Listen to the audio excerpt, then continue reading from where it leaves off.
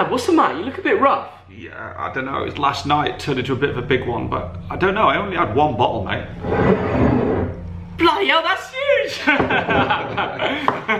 Hello, everyone. Welcome back to a new video, and today we're going to be ranking the Premier League owners from best to worst. It's as simple as that. We're going to do it in alphabetical order, and if you're a Premier League fan, we'll be speaking about your club. Do you like Thogdad's shirt? Isn't that brilliant? It is brilliant. Bolton Wanderers. In fact, it's so good, go hit the like button. Yes, just because it's nice. And I'm wearing the hashtag shirt. What's the like target? The like target today is 6,000. Oh, I reckon we can smash that. It's a lovely sunny day in the UK, and even though you can't go outside, you can still watch our content. Shall we begin in alphabetical order with Arsenal? Yes. Now, Stan Kroenke is the big owner there. He's worth about 9 billion. He's not put a lot of that money into the club, has he, Theo? He's worth 9 billion, but he can't put in a penny, really. Arsenal fans have been saying Kroenke out for years, and I actually understand, because if you're a club of that stature, you depend on money coming in. Absolutely. Now, in his favour, he had Arsene Wenger as a brilliant custodian for many years. But the thing is, during his tenure, the club has not gone forward. Emre wasn't the man. Like, he's gone now. If he was the man, he'd still be there. They were looking for a long-term manager, so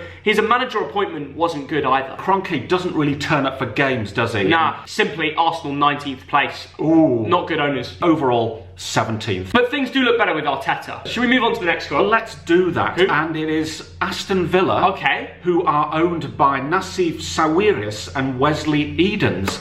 Now, Sawiris is actually, I think, the wealthiest man in Egypt. Egypt, yeah. They've got wealth behind them. So when they were in the Championship in 2018, they actually were going through a lot of problems, were on the verge of going bust. These guys came in and they basically saved them. They held on to players like Grealish and Chester, and that was the main reason they then went on to get... Oh, we got a fly interrupting us here. Stay 2 meters away from that fly. Exactly, I know. And that was the reason they went on to get promoted. Now, I think we've got to give them huge credit for just ensuring the survival of the club. Yeah. And during the summer, they spent heavily. I'm putting them in 8th place. Definitely. And for holding on to their best players, they did a great job. 5th place. Thanks for Max telling me about them. Moving on to Bournemouth, and a Russian man called Maxim Demin owns 75% of this. Doesn't sound very Russian. I know. It sounds French. Yeah, Demin, yeah. 9 years ago, he bought his stake for under £1 million. What do you think of him as an owner, Theo? He gave Eddie Howe time to completely reap the rewards. Bournemouth have gone from like a League 1, League 2 club to Premier League. Things are changing at Bournemouth, and this guy is a big part of it. Absolutely, he's Russian, so I'll say Maxim V. Maladiets. Maxim, you're a good guy. Definitely. I put him in 11th. And I put him in 9th. Brighton, Tony Bloom owns 76%. And I hear some really good things about Tony from the fans there. Yeah, this is one of the nicest stories in football. Yeah. A local lad who made a bit of money with his business and bought his own football club. And it's because he simply wants the best for it. He's a community guy, he's done a lot of projects around Brighton. And on top of that, he was the reason they got their new stadium, they got their new training facilities. And he's just made them a great community family club, and it's a great story. It is a great story. He's brought them up 2 divisions. He's kept them in the Premiership for now. Brighton, 4th place. Tony Bloom, you've done a great job, mate. Yeah, well done, Tony. You are 6th. Imagine he watches this. I don't know. Yeah. Tony, put in the comments that you watch it. Yeah, exactly. I want to see a comment from Tony Bloom. Anyway, what's the next club? Burnley. Now, Mike Garlick owns 49% of this. The net worth of all the Burnley owners is about $100 million, so it's not the richest club. They're the biggest budget club in the Premier League. Like, they have the lowest wages. You know what? I've got to give respect to these owners, Dad. This is the perfect example of owners that don't need to pump in crazy money to run a football club successfully. They put a lot of trust into Sean Dyche. Now, Burnley are pushing for Europe, so I have nothing but good words for Mr. Garlick and his business partners. 10th place. 7th place. Oh, very good. Yeah. Now, moving on to a man, Roman Abramovich. Yeah, okay. Not everyone's favourite person. Came from Russia. I mean, look, the thing is about Roman, and he's got his haters, he's got his lovers, but you cannot fault the guy, because he is the reason that Champions League trophies, European trophies, Premier League trophies, FA Cups, every English trophy you could think of came to Chelsea, because he came in. He put so much money into that football club. It's controversial, but I'm going to put him in 9th place. Abramovich has come in with his money, and he's constantly, year after year, put money in. Yeah. And not only that, he's done good things within the community, for charity, for the women's team, but mainly his trophy cabinet. Yeah. How many trophies have Chelsea won? It's almost one a year. Roma, ti maladiets, ti sami haroshi hasiain the Premier League. You are the #1 owner in the Premier League. Dad, how much Russian hard money has he slipped in there? First place, are you kidding me? Oh my God. He said he'd buy me a vodka. All right, a vodka? Yeah, a house with it as well. Bloody hell, that's incredible. You put him first? I did not expect, I wouldn't expect anyone to put him in first place right now. after all the rumours that it looks like he's leaving and stopped putting money. Yes, that, and part of the reason for that is the bloody British government, wouldn't renew his visa. So he had to go off to Israel to get an Israeli passport. It's true. That's harsh. Moving on to Crystal Palace. Yes. Steve Parish and his partners. Yeah. He's done all right, hasn't he, Theo? They've done okay. There was a time in December in 2019 where Roy Hodgson had to go public, asking the American owners for money, which kind of shows that they're not exactly a club that putting in a great amount of money. He's been there a decade. He brought them back from the brink. And they held on to Zaha, which is big. Exactly. Yeah. So you know what? Overall, 11th place. I've put them in 14th, so kind of mid-table for both of us, really. Everton Football Club. Farhad Moshiri owns 77% of Everton. The other day, I said that Everton are the club with the most potential. Do you know what adds to that, Dad? When you have an owner that gives managers time and gives them money. And this is that man. Although he's put money in stupid places over the years, once he appoints a manager, he puts trust into them and he gives them the money that they want to spend. And look at what Ancelotti's doing. He's doing a really good job. He hasn't had many changes to the team, but he's still doing well. So I put him in 8th place. Yes, now Moshiri came from Arsenal. I mean, he was in the boardroom at Arsenal for a while. He's a man that knows football. Now, what I like about him is he's thinking ahead. He's not just thinking short-term fix. He's thinking, right, I'm going to build a stadium. New stadium, that's a good sign. I'm putting him one of the best managers in the world, and I'm going to invest over time. I put him 12th. Okay. We now move on to Leicester. Srivad Dana Prabha family, and I apologise. Definitely got that wrong. For getting that wrong. That's the longest name I've ever seen in my life. Bloody I can't even lie. So Leicester, I mean, things are pretty good at Leicester, aren't they, Theo? Things are pretty good. I mean, we all know what happened with Vikai, who obviously died in a helicopter, which was obviously absolutely tragic. He did so much for the community of Leicester and pumped so much money in. His son is actually doing a really good job of staying around the club. It's very happy around Leicester. They've won a title, they're 3rd place, and it looks like they're going to get Champions League football. You cannot fault the job that family have done. So for me, I put them very high in 3rd place. Very good words, Theo. Yeah. And family is the word there, isn't it? They really came in 10 years ago. Leicester fans tell stories about, going on away trips, getting free scarves on Vichai's birthday. Yeah. They were bought free beers. And it's the little things that people still talk about. Exactly. Well, you got to... Well, do you know what? If we weren't self-isolating, I'd shake your hand. 3rd place. We agree for the first time, but we have been similar. So let's do this. Let's do this. Yeah, exactly. Liverpool, the Fenway Sports Group. These are very intelligent owners. Liverpool is very data-driven. Okay, so they've got this philosophy, it's all based upon data and gradual change. They have a wonderful recruitment policy. I've put them in 4th place. Wow, very high. To be honest, Dad, I mean, the owners have done a good job. Yeah, they've sold players like Coutinho for crazy money, and they've reinvested it on really good bargains. But they haven't pumped money in themselves. And on top of that, recently they didn't pay their backroom staff. Now, I made a video on this already. I said to every single Premier League club, do not do this. And that was the owner's decision. So they completely slashed their place in the table for me, and I put them down to 13th. Oh, moving on now. This could be a controversial one. Manchester City, Sheikh Mansour, who's worth 22 billion. He's the richest owner in the league. What do you think of him, Theo? Everyone wants to have a Sheikh Mansour. They come in, they bring money in, and you just cannot fault it. They bring good recruitment skills.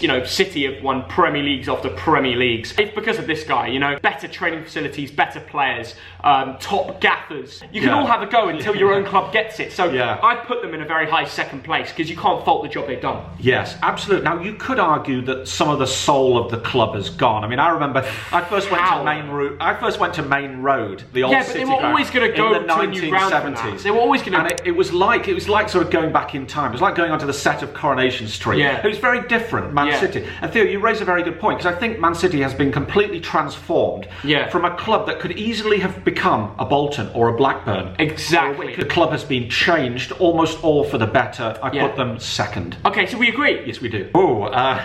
Moving on to the Glazer family at Manchester United. Wow. The Glazer family have been, allegedly putting money to the side. A lot of what they've done at the top has been for their personal wealth, and that's pissed off United fans a lot. They haven't been putting enough money into the club. I'm going to put them in 15th because they're not at the end of the world. They just signed Bruno Fernandes, for God's sake. You've been too nice. The Glazers are terrible owners. Now, let me tell you a little bit about the business history. They came in about 2003 to 2005 when they bought into the club, and they did it by piling debt on the club. Wow, that's bad, Now, the best way to buy... So you've done your research, the fairest way to buy a club, you know what, you put your own money in. Now, what they did, which is from a business point of view, clever, they put a little bit of their money in, and then they piled debt onto the balance sheet. Now, what that means is that for the next 20, 30 years, you're paying off interest. Yeah, it's like taking a massive mortgage on a massive house. Because you're paying that interest, you can't invest enough in players. 16th. And I've got them 15th. Time to go. Yeah, sell up, get out. What's the next club? Well, it's actually Mike Ashley at Newcastle. Ooh. And one of my followers on Instagram has sent the following. Mike Ashley, 10 out of 10. I hope he stays at Newcastle forever. What? And then he signed his name, Away the Lads, Sunderland. From Sunderland. You knew it was going to happen. Yeah. You just knew it was going to happen. Every single comment I got about him on my Instagram was, if not borderline offensive, was negative. Yeah. The Newcastle fans hate Mike Ashley. They didn't from the start. You've turned it into a yo-yo club that bounces between the Premiership and the Championship. Yeah. Newcastle's one of the top 20 clubs in the world. Yeah. You should be in the Premiership every year. You should be challenging for Europe every year. You should have a bulging trophy cabinet. Mike Ashley, it's shameful how you've run Newcastle. It's true, Newcastle are a massive club. Absolutely. Every week, 50,000 Geordies turn up to that club. It's more than Chelsea. He's ruined the club 20th place. And you know what? I've got to say this. He's also done really bad things at Rangers. 20th place. There we go. We agree on 20th. Tell us in the comments what you think of Mike Ashley. Yeah. What's the next club? Well, I tell you, my blood is boiling after talking about the Glazers and Mike Ashley. Yeah. So let's talk about Delia Smith. Of Norwich. Of Norwich. Now, different. Some of you won't know. Some of the younger fans won't know. Back in the day, she was a massive TV personality, a celebrity cook. You'll know her from this. Yeah. Let's be having Let's you. be having you. She's a legend. Yes. And that's all I have to say. Yeah. So I'm putting her in 12th place. And this guy might give you a bit of stats, but I don't even care. Delia's a legend. Obviously, wonderful people who love the club. Yeah. The only problem is they're not rich enough. I see. They got to the Premiership, and Thogden and I, in August, we predicted this team will be 20th. Yeah. If you don't invest, you will go down. Because these guys are not rich enough, I'm putting them 15th. That's a shame, you know. Moving on to Sheffield United, Abdullah bin Musayed, who bought 50% of the club in 2013 for 10 million. And now he owns it all. Yes. Yeah. Now, we could make a separate video on the court case. Gosh, Sheffield United fans, let us know. But it just sounds a complete mess, and it has been since 2016. He seems to be doing a decent job, to be fair. He's definitely pumping the money, and they spent 60 million this summer, 25 on Sander Berge in January, plus loan signings. This is a little fact for you. He's related to Bin Laden. You know what? A lot of Bin Laden's relatives are decent people. They actually that sound really strange. No, it's actually true. The success of Sheffield United the last year or two has been despite the owners. Yeah. Because they've been fighting in the court. I think Chris Wilder's just done a top job. Yeah. Correct. And I give all the credit to the players. Imagine being able to keep the players pumped up when the owners above you are just fighting each other. Like, you've got Chris Wilder deserves more and more respect every time we speak about him. I put Sheffield United in 10th place. Now, the Prince hasn't been 100% owner for long, but he definitely puts the money in. You can't fault that. So where have you gone? 14th. The next one is Southampton. Gao Jisheng owns 80%, and I'm hearing some really bad things about him. Yeah, I heard as well. Allegedly, he does it for his personal wealth. Yes. He has had a rocky road because he did sell off Van Dijk, Mane, Tadic, these players for cheap. But you know what? They've had rocky roads, but they stayed in the Premier League by the skin of their teeth. But they did stay in.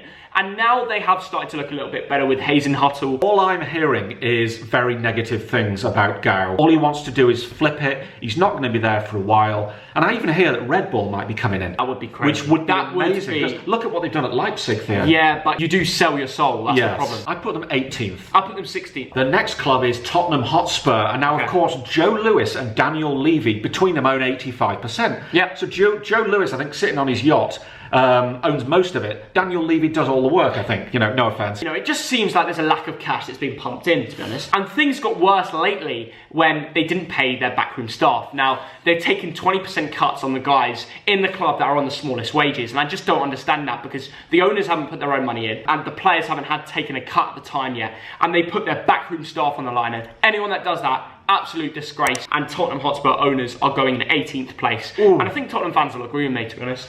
I think that's very harsh, and I'm going to defend Daniel Levy. Daniel Levy is recognised within football as being a very good businessman, yeah?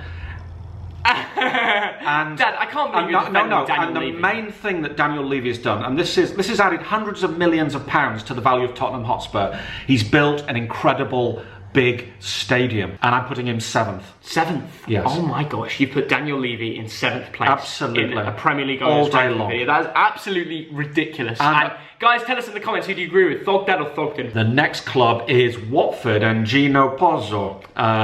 Yeah. It's worth about $120 million. Not the richest of owners. Not the richest. And he owns 100% of it. Yes. But what I've heard about him, considering he isn't one of the richest, he's just a great lad, isn't he? He's pumped money in, and he's actually the reason, one of the main reasons they got on from the Championship to the Premier League. He backed signing players like Capoue and Decore and other players like Delafeu. So he does put money behind the club. He built a statue outside the ground of Graham Taylor, who's a Watford legend. Yes. He's just does stuff for the community. The fans appreciate him. No, some very good points. I think he does sack his managers a bit too often. That's only because he wants the success of the club, I think. So 6th place for me. And I put him in 13th.